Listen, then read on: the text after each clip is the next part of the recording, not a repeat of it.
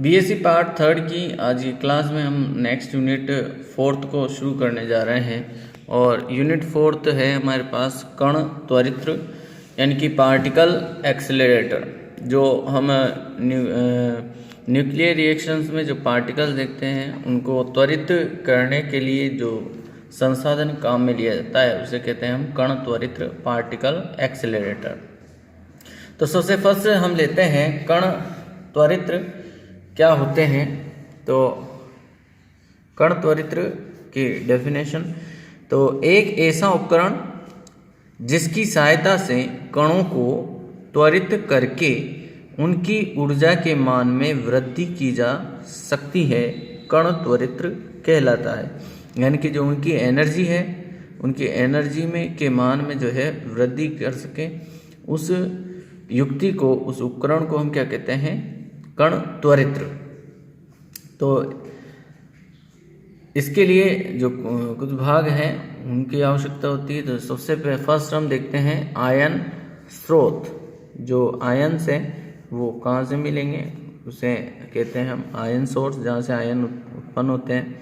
Ion स्रोत कण त्वरित्र का मुख्य भाग होता है।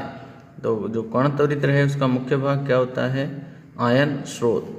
हाइड्रोजन गैस के आयनन से H आयन यानी कि हाइड्रोजन आयन तथा ड्यूटेरियम गैस के आयनन से न्यूट्रॉन प्राप्त होते हैं। तो जो आयनन सोर्स होता है उसको यहाँ प्रदर्शित किया गया है। तो ये यहाँ एक स्लिट होती है, स्लिट लगी रहती है इस जगह, ये यहाँ स्लिट रहती है और तापायनिक उत्सर्जन के द्वारा उच्च ताप यहाँ दिया जाता है, उससे इलेक्ट्रॉनों का उत्सर्जन होता है।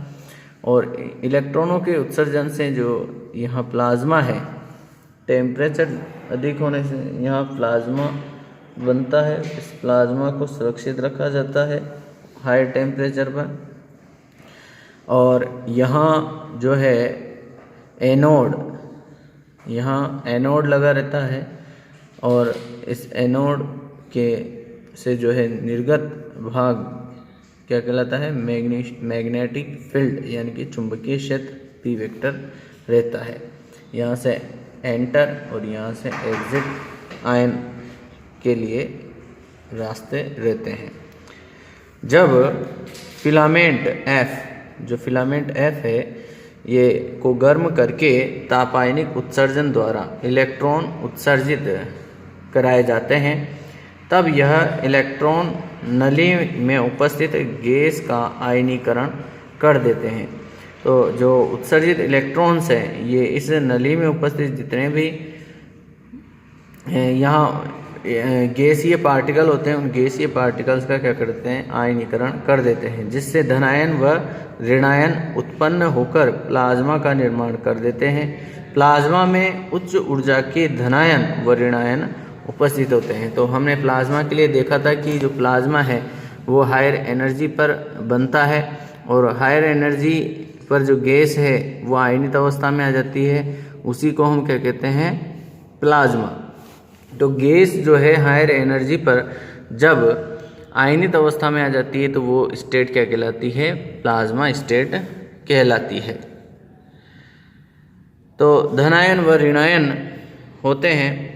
विशिष्ट विद्युत क्षेत्र आरोपित करके समस्त धनायनों को नली के बाहर निकालकर धनायन पुंज स्रोत, जो धनायन का पुंज है या सोर्स है, वो हम प्राप्त कर सकते हैं। अब यहाँ हम बात करेंगे टाइप्स ऑफ पार्टिकल एक्सेलरेटर, यानी कि जो कण त्वरित्र हैं उन कितने प्रकार के हो सकते हैं। कण त्वरित्रों के प्रकार को डिस्कस करेंगे कि कण त्वरित्र कितने प्रकार के हमारे पास होते हैं।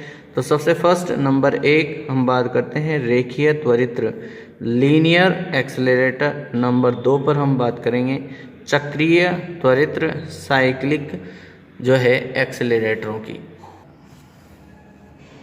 तो सबसे फर्स्ट नंबर 1 हम लेते हैं रेखीय कण त्वरित्र, लीनियर एक्सेलरेटर। अपवाह नलिका त्वरित्र। अपवाह नलिका त्वरित्र में असमान लंबाइयों यानी कि जिनकी लंबाइयाँ अलग अलग रहेंगी नलियों की, तो अपवाह नलिका त्वरित्र में असमान लंबाइयों L1, L2, L3 की अनेक बेलनाकार धात्विक अपवाह नलिकाएं C1, C2, C3 के रूप में ली जाती है। तो देख सकते हैं डायग्राम में कि यहाँ अनेक प्रकार की जो है अलग अलग लंबाइयों की नलियाँ ली जाती है। जैसे ये L1 लंबाई की लंबाई, फिर इसकी दूसरी नलिका की लंबाई बढ़ गई है थोड़ी सी, वो L2 है, फिर L3 है, फिर L4 है, L5 है। इस तरह से जो है नलिकाएं ली जाती है। समस्त विषम संख्या वाली नलिकाओं को माइक्रोफेरड आवृत्ति वोल्टा स्रोत से इस प्रकार, यानी कि परिवर्तित आवृत्ति के वोल्टा स्रोत से इस प्रकार हम जोड़ते हैं कि एक अर्धचक्र में उन पर ऋणावेश रहे और सम संख्या वाली नलिकाओं पर धनावेश आ जाए। इसी प्रकार जो है अगले अर्धचक्र में आवृत्ति वोल्टा स्रोत की आवृत्ति इस प्रकार परिवर्तित होनी चाहिए कि सम संख्या वाली नलिकाओं पर पॉजिटिव और विषम संख्या वाली नलिकाओं पर या निगेटिव, जो सम संख्या वाली नलिकाएं हैं उन पर निगेटिव और विषम संख्या वाली नलिकाओं पर पॉजिटिव चार्ज आ जाए।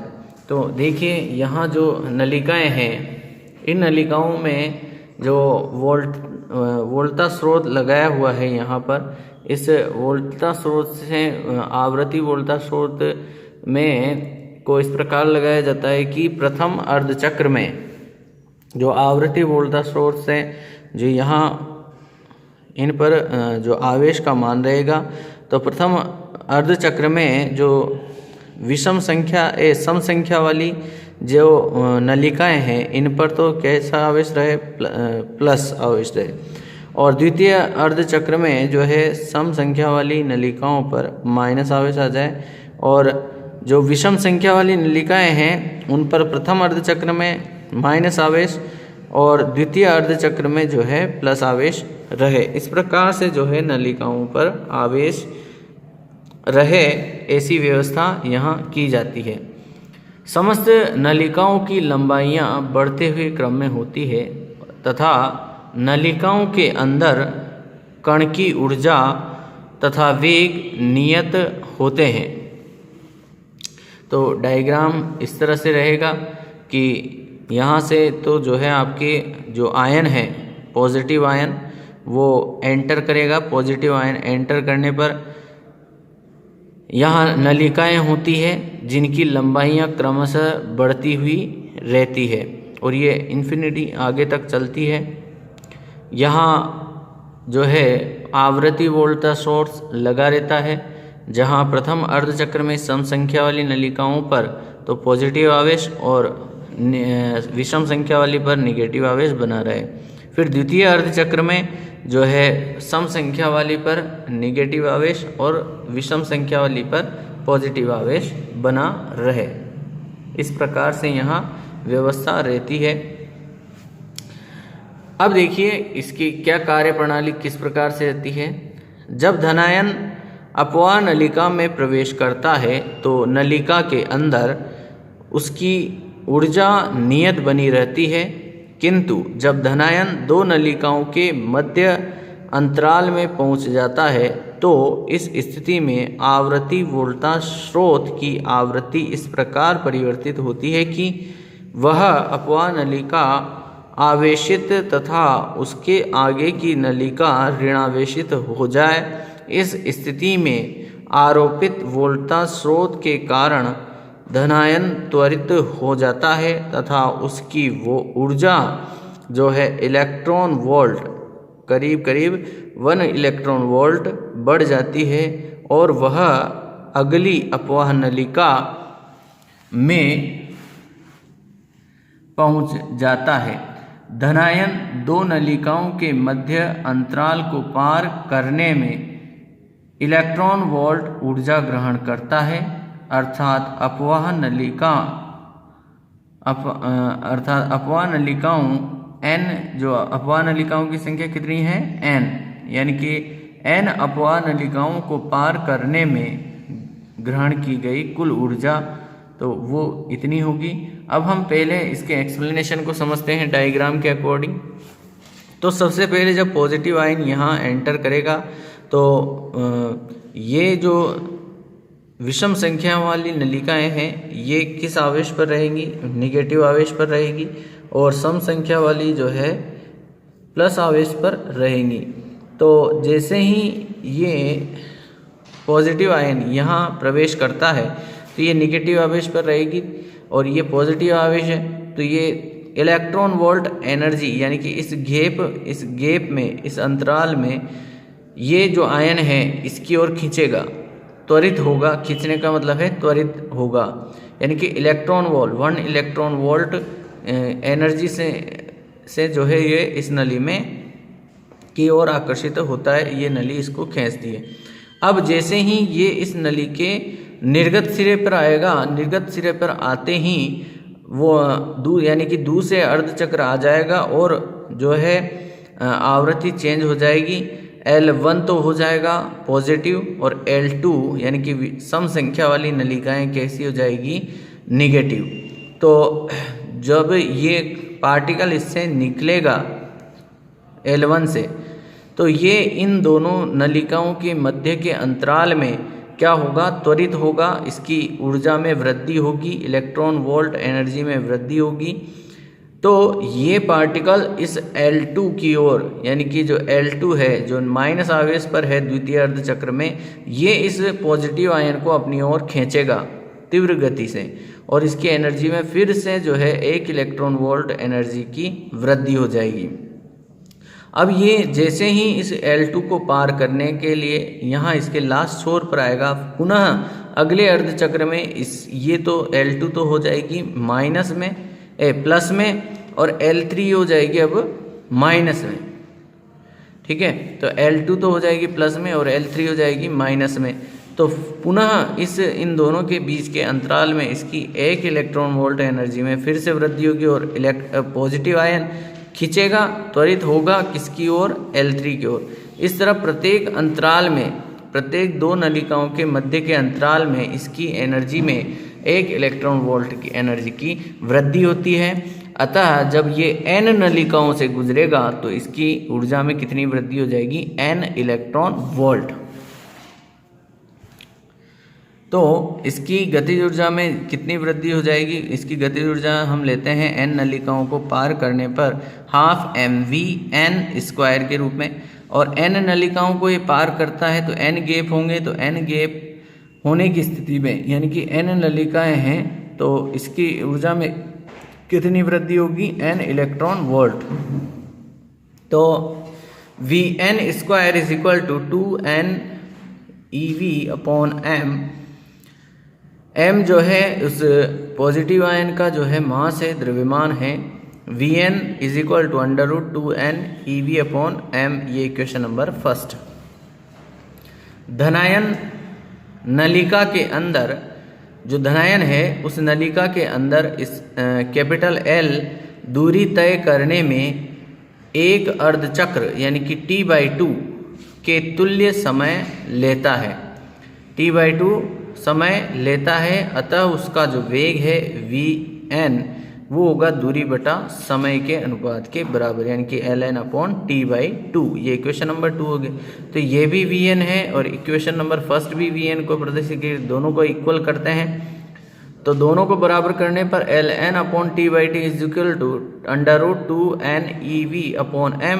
तो यहाँ से ln की वैल्यू फाइंड आउट करें तो T/2 √2n eV/m के रूप में इक्वेशन नंबर 3 हमें मिलती है। जो T है वो आपके क्या है, आवर्तकाल है। तो आवर्तकाल T = 1/f। f यहाँ क्या है आपके पास, फ्रीक्वेंसी। f क्या है, फ्रीक्वेंसी है, आवृत्ति है। तो इसकी वैल्यू रखते हैं T की। तो ln is equal to 1/2f √2n EV/m के रूप में इक्वेशन नंबर 4 हमें यहाँ मिलती है।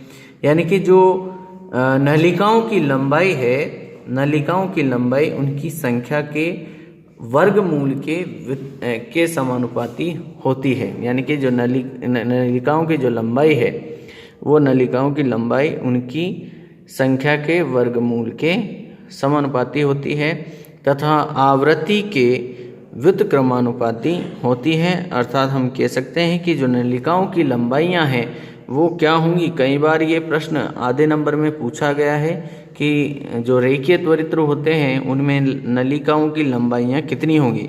तो L1, L2, L3, L4 यानी कि जितना उनका नंबर है उनके अंडर रूट के बराबर उनकी क्या होगी, लंबाइयों के मान होंगे। अतः जो समीकरण 6 है इससे स्पष्ट है कि अधिक आवृत्ति का वोल्टा स्रोत उपयोग करने पर रेखीय त्वरित्र की लंबाई में कमी की जा सकती है। यानी कि यदि वोल्टा स्रोत की आवृत्ति अधिक है, अधिक आवृत्ति का वोल्टा स्रोत उपयोग करने पर रेखीय त्वरित्र की जो लंबाई है उस लंबाई में क्या कर सकते हैं, हम कमी की जा सकती है। माना यदि धनायन की जो ऊर्जा है वो K हो तथा अपवाह नलिकाओं की संख्या N होने पर उसकी ऊर्जा में जो है N इलेक्ट्रॉन, उसकी जो ऊर्जा में जो वृद्धि हो रही है वो कितनी है, N इलेक्ट्रॉन वोल्ट हो। तो इस स्थिति में अपवाह नलिका से निर्गत धनायन की जो कुल ऊर्जा है, अपवाह नलिका से जो निर्गत धनायन है उसकी ऊर्जा कितनी होगी, half mvn² K + n electron volt. यानी कि ये तो नलिकाओं में के कारण होने वाली वृद्धि वाली एनर्जी है और K उस धनायन की स्वयं की एनर्जी है। तो Vn² = 2/m K + n EV। तो Vn = √2/m K + n electron volt. तो Ln वही फॉर्मूले से हम वैल्यू फाइंड आउट करेंगे। तो Ln = T/2 √2/m K + n electron volt के रूप में हमें इक्वेशन मिलती है। तो यहाँ हमें एक मुख्य बात ध्यान में रखनी है कि रेखीय त्वरित्र द्वारा भारी आयनों की समांतर तथा समांगी त्वरित पुंज प्राप्त की जा सकती है। रेखीय त्वरित्र से हम भारी जो आयन हैं उनके समांतर और समांगी त्वरित पुंज प्राप्त कर सकते हैं। और Ln is proportional to 1/√m। यानी कि आयन जितना भारी होगा, आयन जितना भारी होगा उसका द्रव्यमान बढ़ता जाएगा, वैसे वैसे ही लंबाइयाँ जो नलिकाएं हैं उनकी नलिकाओं की लंबाई हम कम कर सकते हैं।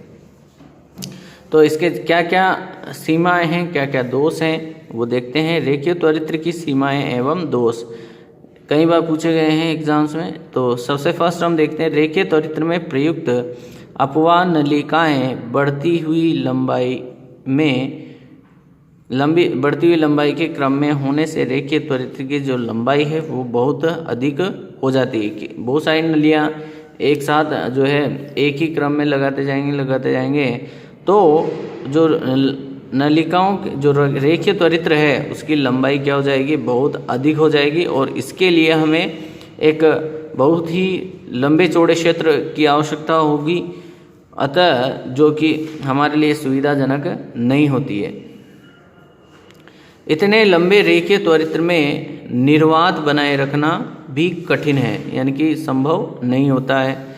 रेखीय त्वरित्र द्वारा हल्के आयनों जैसे इलेक्ट्रॉन को उच्च ऊर्जा तक त्वरित नहीं किया जा सकता। जो हल्के आयन हैं उनको रेखीय त्वरित्र के द्वारा जो है त्वरित नहीं कर सकते। इसके लिए भारी जो आयन है उन्हीं को हम इससे त्वरित कर सकते हैं।